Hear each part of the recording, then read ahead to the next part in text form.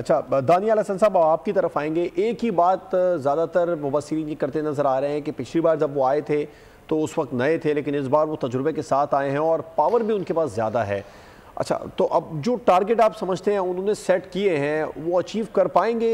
कोई रुकावट तो बज़ाहिर तो कानूनी तो कोई रुकावट नहीं है, लेकिन जिस तरीके से इम्प्लीमेंटेशन में अभी हम बात कर रहे हैं कि बहुत सारे हर्डल्स आएंगे, वो तमाम हर्डल्स को वो अबूर कर लेंगे?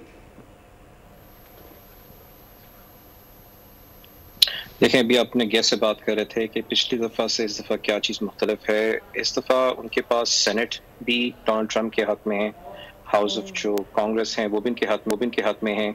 जो सुप्रीम कोर्ट के जजेस हैं, जहां पर कोई अगर वो एग्जीक्यूटिव ऑर्डर करते हैं या कोई ऐसे डिसीजंस करते हैं और लोग सुप्रीम कोर्ट में जब अपील के लिए जाएंगे, वो भी इस वक्त जो है डोनाल्ड ट्रंप के नॉमिनेटेड या एटलीस्ट राइट विंग उनको कहा जा रहा है कि उन जजेस मौजूद हैं। सो काफ़ी ज़्यादा स्ट्रेंथ इसलिए है क्योंकि अगर उनके डिसीजंस को चैलेंज भी किया जाएगा तो वो भी कोर्ट में जाके शायद कामयाबी ना हासिल कर सकें।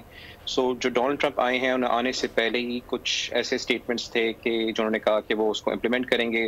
जैसा कि अपने गेस्ट ने कहा कि एग्जीक्यूटिव ऑर्डर्स भी कुछ साइन होंगे। इमिग्रेशन सबसे अहम उनकी पॉलिसीज में है, मगर जहाँ पे उन्होंने कहा कि वो पेरिस क्लाइमेट अकॉर्ड से भी उन्होंने जो है वापसी का ऐलान किया है। इसका मतलब है कि वो ऑयल प्राइसेस को कम करने की कोशिश करेंगे यहाँ पे। उसमें कितने कामयाबी उनकी हासिल होती है ये भी देखना होगा। और कुछ ऐसे डिसीजन भी थे, कुछ एजेंसीज के हेड जैसे कि ट्रांसपोर्ट सिक्योरिटी एजेंसी है TSA, उनके जो CEO थे, उन्होंने उनके जो हेड थे उन्होंने भी रिजाइन कर दिया।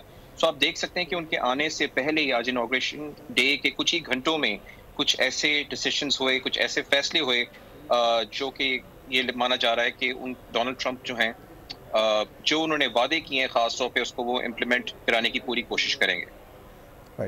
ठीक है, हमारा सब्सक्राइब करें और बेल दबाएं ताकि कोई खबर रह न जाए।